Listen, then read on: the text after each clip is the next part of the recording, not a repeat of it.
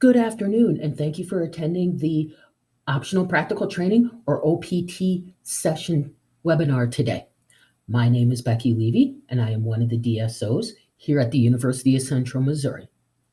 If you have any questions with regards to the ICE guidance that was rescinded yesterday, please email our office at isss@ucmo.edu, and we will be happy to answer those questions for you.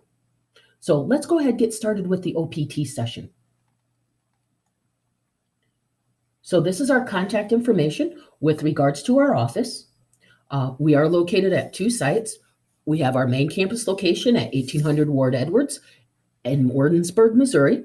And then we're also at the Missouri Innovation Campus, or MIC, in Lee Summit, Missouri.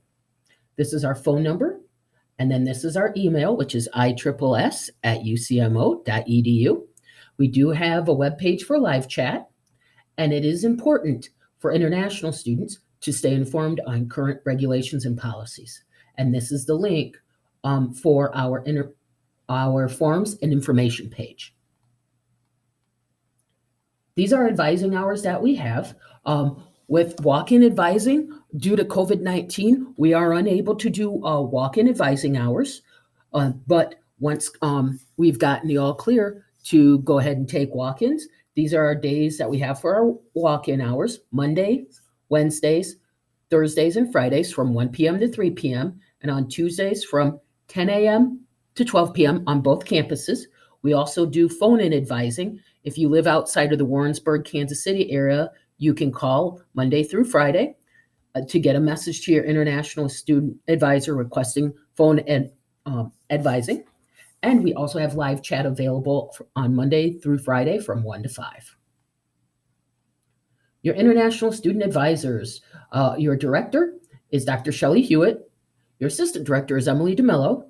And then your advisors, if you are in the Warrensburg area, it is Andrea Wiggins and Jessica Davis. And if you're up in the Lee Summit or MIC area, it is myself. So please make sure if your last name starts with those particular letters, that's who your advisor will be. All right, so we're going to talk a little bit about part one. So what is OPT? OPT is optional practical training. That means it's not mandatory for you to do, but it is optional if you'd like to participate in OPT. OPT is an F1 visa benefit for degree-seeking students. So if you are a non-degree seeking student, you are not eligible for OPT. Applying for 12-month OPT is open to students in all degree fields at UCM. There's a 24-month extension option if you are considered in a STEM degree field. We will have that type of OPT will be addressed at a different workshop. 12-month OPT authorizes you to work off campus in a job that is related to your degree. If your job is not related to your degree, then you are not authorized to work, and therefore you will be out of status. So if your degree, let's say, is computer science, but you're working as something in business management, then you cannot do 12-month OPT. It has to be related to your degree. So OPT is approved by USCIS, not by your DSOs and UCM. We will provide the I-20 for the OPT recommendation, but the recommending OPT I-20 does not mean that you are approved. You have to send all of your documents to USCIS for approval. Once you are approved for OPT, you'll receive, it's called the Employment Authorization Document, or the EAD card, which will list your approved OPT start and end dates. That card basically allows you to be employed for the time while you are on OPT. So with eligibility requirements, you have to be an F1 student in valid visa status, and you must have completed at least one full academic year before applying for OPT. One full academic year is defined as 30 weeks. So that means your fall and your spring semesters count towards the one full academic year. Unfortunately, summer does not count because that's less than 15 weeks for the semester. You must have a current, non-expired passport. You please ensure that your passport is valid for at least 6 months at the time of your application. So if you're applying for OPT for December, but your passport expires in February of next year, that means you need to get your passport renewed before you apply for OPT, or you may not be eligible and you could be denied. You could be denied by USCIS for OPT because your passport will have expired. Please make sure your I-94 is valid.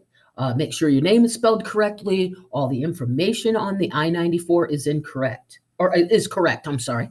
If any of it's incorrect, please notify us right away so we can get you to the right people that'll update your I-94. And please make sure you have applied for graduation and be in your last semester of study. If you have completed all of your course requirements and only have a dissertation or thesis to complete, then you can also apply for 12-month OPT. So you need to apply for graduation, because we do need to see a graduation date, especially if you're going to be completing STEM OPT after you complete OPT, and you must be in your last semester of study. CPT will affect your eligibility for OPT if you have worked for 12 months on full-time CPT. So an example is you worked full-time on CPT from May of 2019 to May of 2020.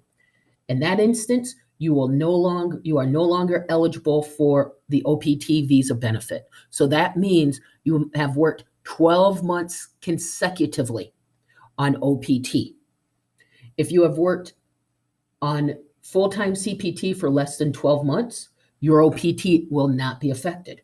So if you worked on full-time CPT for 2 semesters from August 2019 to December 2019 and January 2019 to May 2020, then your OPT will not be affected because it is less than 12 months of full-time CPT.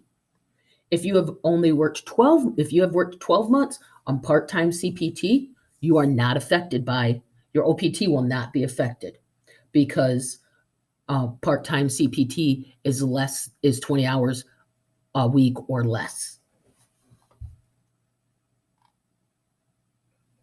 So if you are in a program where you have to do a thesis or dissertation, but you've completed all of your other coursework, you are eligible to apply for 12-month OPT. However, you must finish your entire degree program and have your degree from UCM before you can apply for the 24-month STEM OPT extension. This is because if you fail to complete your program before the end of your 12-month OPT extension, you're no longer eligible to apply for the 24-month STEM extension, and you have to stop working after your 12-month OPT ends. So with OPT, you do not need a job in order to apply for 12-month OPT. You can begin looking for a job before your OPT has been approved from USCIS, but you cannot start working until you received approval from USCIS. Even if you're currently working on CPT and you plan to work for the same employer while on OPT, you have to stop working once your CPT end date has arrived. The only way you can resume working again with that CPT employer, but now on OPT, is if you have received the OPT approval from USCIS.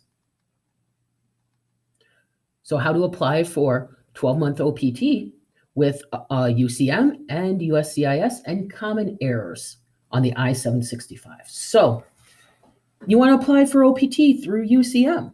So what you need to do is complete the Google form on the ISSS website, complete and pass the 12-month OPT quiz. Please submit a payment of $100 for the OPT case management fee, and you can call our number during our business hours to make a payment. And please allow 7 to 10 days for processing of your OPT I-20. The processing of your OPT I-20 will begin no later no earlier than 90 days before the program end date on your updated I-20, and the 7 to 10 day time frame only applies to those students who have successfully completed both steps listed above. So you have to make sure you have applied for OPT on our web on the International Student Forms and Information page, complete the 12-month OPT quiz, and pay the $100 case management fee. The good part is you no longer need to submit the I-765 to our office in order to request the OPT I-20 recommendation. Once you completed the first 2 steps, you'll be placed in our queue for I-20 processing. So when filling out the UCM 12-month OPT Google form, be prepared to answer the following questions. Have you applied for graduation? If you have not applied for graduation, please see your academic department immediately. Failure to apply for graduation means you will not graduate on time. Thus, you will not qualify for the 24-month STEM OPT extension if you are eligible. What is your OPT requested start date? You may choose a start date anytime within the 60 days of the Thursday after finals. We put your graduation date, but it's the Thursday after finals. So an example would be, let's say the Thursday after finals is December 11th, 2020. You may choose an OPT start date anytime between December 18th, 2020 and February 15th, 2021. And then what were your previously approved CPT start and end dates if you completed CPT? So then what you'll need to do is read all the instructions. If you're applying for USCIS, please read all the instructions listed on the USCIS website associated with the I-765. You'll need to complete the I-765 application. You'll fill out the G-1145. That form basically is you're giving USCIS permission to either email you or text you that they've received your I-765 and that they've made a decision on your I-765. You will need to have 2 passport photos taken within the last 30 days of submitting your application to USCIS. That means you can go to CVS, Walgreens. I've heard Walmart are doing those photos, but you need to have 2 passport photos taken within the last 30 days of submitting your application to USCIS. If it's more than 30 days, USCIS will not accept the photos. Please make copies of the passport photo page, your visa, your I-94, all previous I-20s where CPT was approved, if you did participate in CPT, and your OPT recommended I-20. So what you will need to do now, how to apply with USCIS. You will need to either submit a personal check or you'll need to submit the G-1450 to USCIS. USCIS is no longer accepting money orders. And if you do happen to send a money order, USCIS will reject the application. So you will need to send a personal check or complete the G-1450, which is your credit card information or debit card information. So if you decide to do a check, please make sure to date your check month, two-digit date, 2-digit month, 4-digit year. Do not abbreviate U.S. Department of Homeland Security. Please write it as listed. Ensure the amount written in the box numerically matches the written amount. And don't forget to sign your check. In the memo section in the bottom left-hand corner of the check, please write your SEVIS ID number and I-765 OPT application. And please do not write on the back of the check. So how to apply also again with USCIS. Upon receiving your OPT recommended I-20 from our office, you are ready to send your OPT application to USCIS. Your OPT recommendation will be listed on the second page of your I-20. The package must be submitted to USCIS within 30 days of the OPT recommendation that is made in your CVIS, in your CVIS record. So an example is, let's say I log in your CVIS to CVIS and update your OPT I-20 for the recommendation for November 25th. That means the application must arrive at USCIS no later than December 24th. If it arrives after that date, it will be rejected. Typically, but not always, the recommended date in CVIS is the same date the I-20 was printed out. If you do not mail your application in time, please email our office right away. Please be specific that you need a OPT I-20 rather than a reprint to send to your USCIS OPT app for your USCIS OPT application.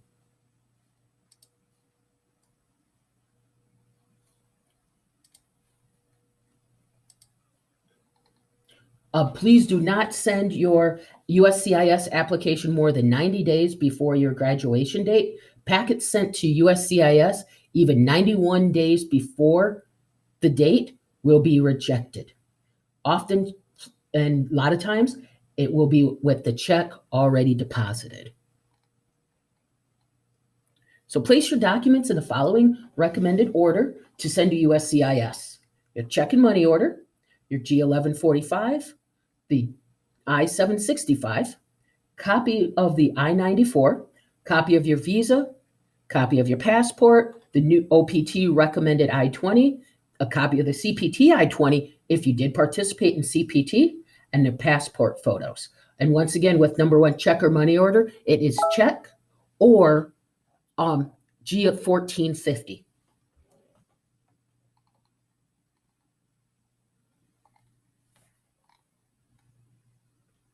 So you'll send the whole application packet to USCIS. We recommend sending your package via express mail with a tracking number so you can see when it has arrived to USCIS. Where you send your package will depend on what address you would place into your I-765. This information is available online at the USCIS website. We will also include a form with your OPT recommended I-20 that includes the address options. Once you have sent that packet, it can take between 3 to 5 months for USCIS to process your application. So some common errors on the I-765. Please make sure that you complete it in black ink. We do recommend that you fill that out electronically. Please make sure your last name is in capital letters. The full example, your full name is sample example. Then it will be listed as example in capital letters. So it'll be your last name in capital letters and your first name in non-capital letters, or as before. Ensure all dates are listed in the U.S. standard month, date, 2-digit date, 2-digit month, 2-digit date, and 4-digit year. Please use your mailing address, not ours. This will allow for faster receipt of your OPT documents, and it is a USCIS requirement. If you happen to move or need to change your mailing address, you can easily do that on the USCIS website online. Please make sure to use the most recent version of the I-765, and please don't forget to sign your I-765. It must be signed within the 30 days of receiving your recommended OPT I-20 from us, and please do not type or electronically sign your name on the I-765, as USCIS will not accept the I-765 with the typed or electronic signature.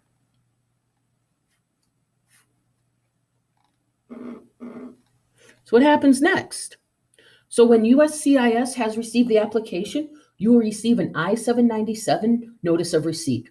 This typically happens about 2 to 3 weeks after they've received your application. The receipt number is listed on the I-797 and can be used as a reference to check the status of your application at USCIS. So you can call USCIS, or you can use the online Check My USCIS case status feature for updates regarding your application. Unfortunately, our office is unable to update you on the status of your application. USCIS will not speak with us directly about your application. You will need to contact them directly with if you should you have any questions. So if your OPT is pending, travel outside of the US is not recommended. USCIS could see your exit from the country as an abandonment of your application and could cancel your OPT application. If your OPT is approved but you have not secured a job as of yet, travel outside of the US is still risky because you could be denied re-entry. And then once your OPT is approved and you have a job, travel outside of the US is less risky. So what happens next? You will either receive an approval of your OPT application, and you will receive the EAD card if you are approved, a request for evidence, or hopefully this doesn't happen, a denial or rejection of your OPT application. So if you do happen to get approved, you will receive an approval notice in the mail from USCIS. You will also receive your EAD card in the mail also. You are approved to work only between the days listed on the EAD card. And you do need to have that EAD card in hand in order to work, as your employers will ask for that card. If you happen to get issued a request for evidence or RFE, some applicants will receive a notice from USCIS asking for more information. It is called an RFE. Should you receive an RFE, please read it carefully and read it from top to bottom. You must comply with everything that's listed on the RFE and by the deadline provided. So if you happen to get an RFE, please send it to our office right away. Should any of the documents listed needed to be produced by a DSO, that's us, please scan and email a copy of the RFE to us as soon as possible. The sooner you send it, the more time we have to get that done. If you wait until almost the last minute, we may not be able to get that done on time. And then once you have collected all of the documents listed on the RFE, please send it back to USCIS using the envelope provided before the deadline.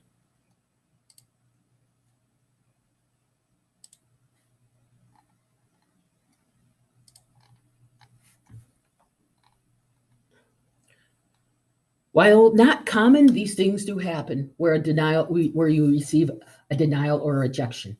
Should you receive a denial or rejection, please read the entire document. Typically, there is a reason for a denial or a rejection. If you feel there is substantial information you can provide to show the denial or the rejection was made in error or that your case should be reconsidered, you have the right to appeal. However, please note that appeals are expensive, time-consuming, and often are not approved. All right, part 4.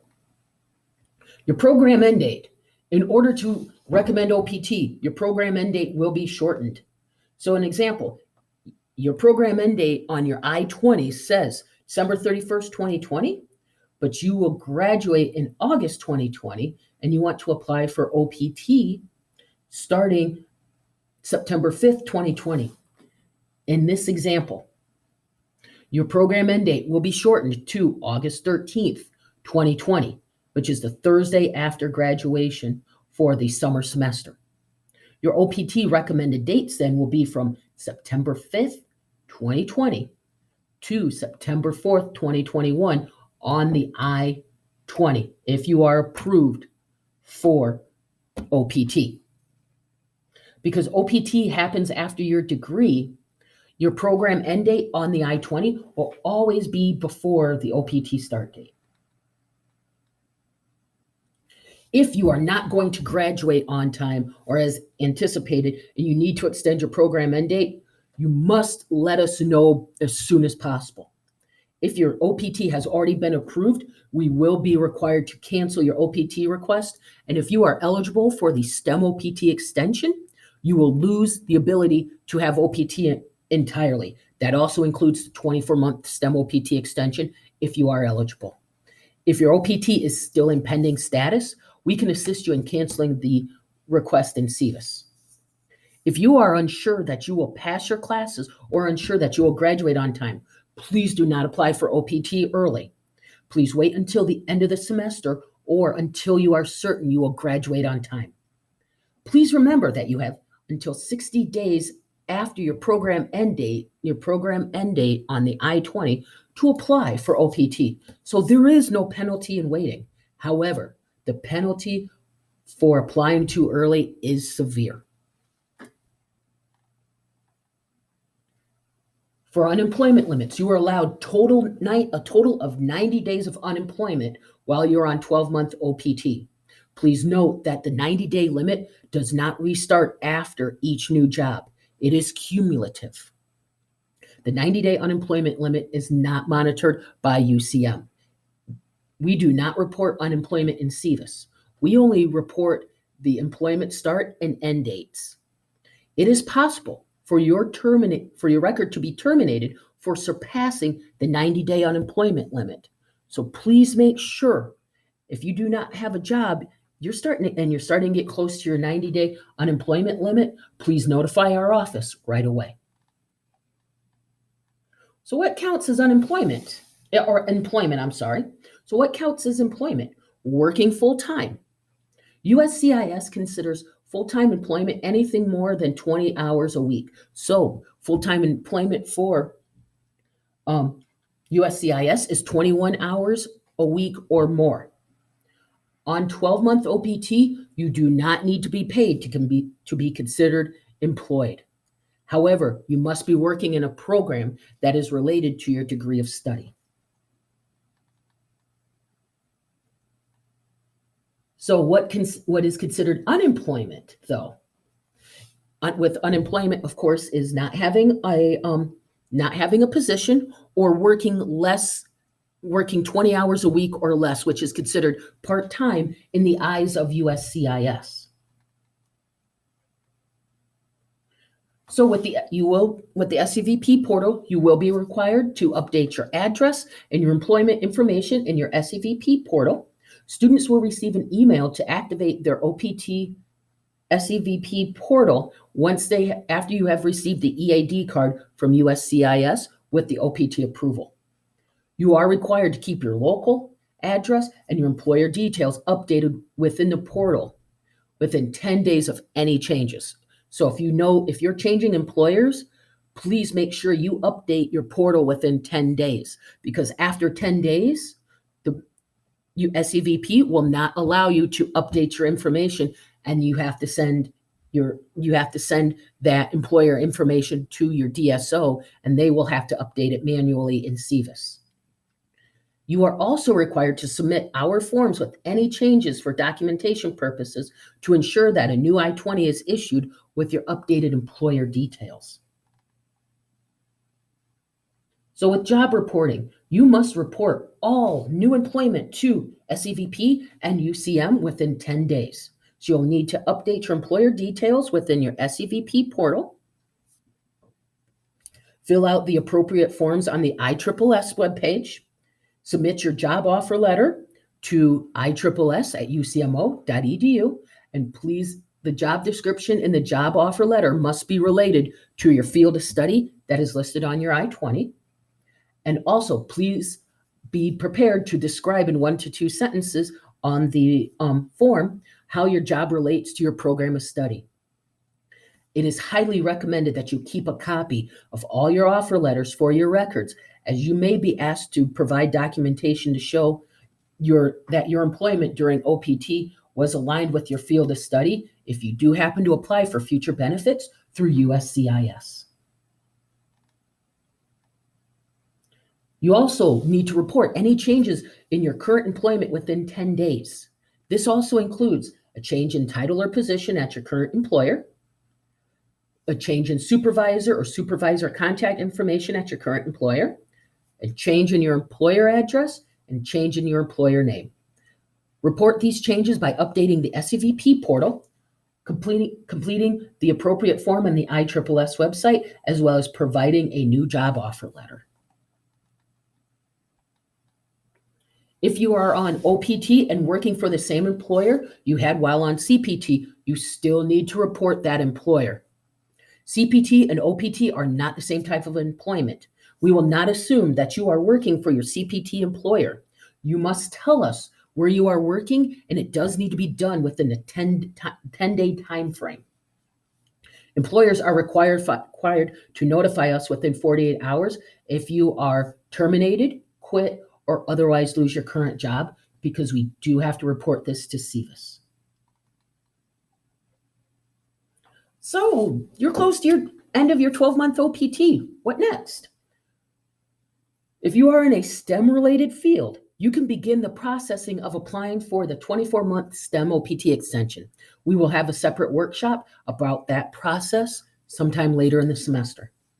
If you are not in a STEM-related field or do not wish to apply for the STEM extension, you may do one of the following. You can transfer to another school, start your degree program at UCM, or return back to your home country. At the end of your 12-month OPT, you have a 60-day grace period. So, for an example, your OPT ends on May 1st. Your 60-day grace period begins on May 2nd and will end on July 1st. In that grace period, you may take one of three steps: either transfer to a new school, start a degree program at UCM, or return home. If you choose to transfer to a new school or start a degree program at UCM before the end of your 12-month OPT, the rest of your OPT will be canceled and you must stop working immediately. Because of this regulation, many students will choose to take this action after the end of their 12-month OPT during their 60-day grace period. The OPT visa benefit is available only once after each degree level. This means that if you only have one OPT opportunity after completing your master's degree or any type of degree, your bachelor's, your master's, even PhD. Once it is used at that degree level, it's gone. So for an example, if you used your OPT visa benefit after receiving your master's in computer science, but you want to go back to school to get your master's in business administration or MBA, unfortunately, you do not qualify for the OPT after completing your MBA because it's on the same educational level. But if you used your OPT benefit for your master's degree in computer science, but you go back for your PhD in mathematics, you do qualify for another 12 months of OPT since you have changed degree levels from your master's degree to your PhD. So a few commonly asked questions. If I am an F1 student, am I an F1 student while I'm on OPT? Yes, you are. You are still considered to be an F1 student at UCM. However, your degree has been completed and your program end date has passed. So you are considered an F1 student while you are completing OPT and even STEM OPT. So what are the reporting requirements while you're on OPT?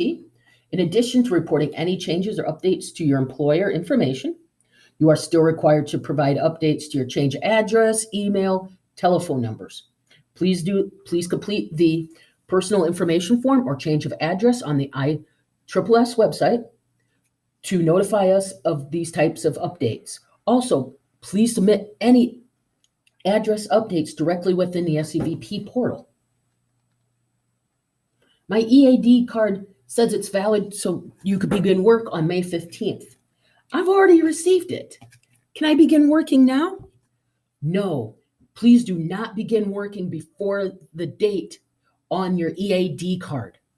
Please notice, even participating in orientation for the employer is considered work if you come to orientation before the start of your employment on your EAD card.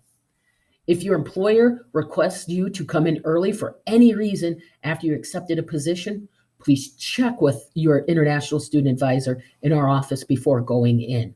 Because if you try to apply for future benefits, and the USCIS may be able to see that you started work prior to the start date on your EAD card, that could have an effect on future benefits. Can you work for more than one employer on OPT? Yes, you are allowed to work for more than one employer on OPT. However, there is the 20-hour week requirement while on 12-month OPT. So you must work for each employer a minimum of for more than 20 hours a week. So you have to work for those two employers 21 or more hours per week. Anything less 20 hours or less, that is considered part-time, and that is considered unemployment in the eyes of USCIS. And you will need to report both employers to us and the SEVP portal. Does my I-20 need to be updated with my new employer before I begin working there? No. You can move between employers without seeking approval or permission from UCM. However, you do need to report your changes within 10 days. If I am employed but work less than 20 hours a week on OPT, how does that affect it? On 12-month OPT, you must work at least 21 hours a week or more to be considered full-time employment. If you work 20 hours a week or less, it will be considered part-time employment and it will count towards your 90-day unemployment limit. I need to get health insurance while I'm on OPT. Can I still get it through UCM? Yes. You will not automatically be enrolled in the health insurance plan for UCM while you're on OPT. However, should you want to continue your coverage while on OPT or possibly even STEM OPT, please log into your MyCentral account for more information. Do I need to file taxes? Generally speaking, yes, you do.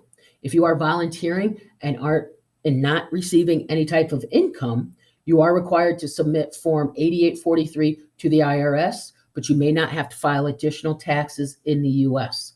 However, if you are receiving a paycheck, you are required to file taxes in the U.S. Unfortunately, our office is unable to offer tax preparation services, and we are not qualified to answer your tax questions. Please consult a tax professional to ensure accurate and timely filing information. I lost my EAD card. How can I get a replacement? If you happen to lose your EAD card or it gets stolen, how can you get a replacement? You do need to submit a new I-765 application, and it includes providing a $410 fee all over again. You do need a letter explaining how it was lost or stolen, I-765 with the replacement option checked, copy of your OPT I-20, copy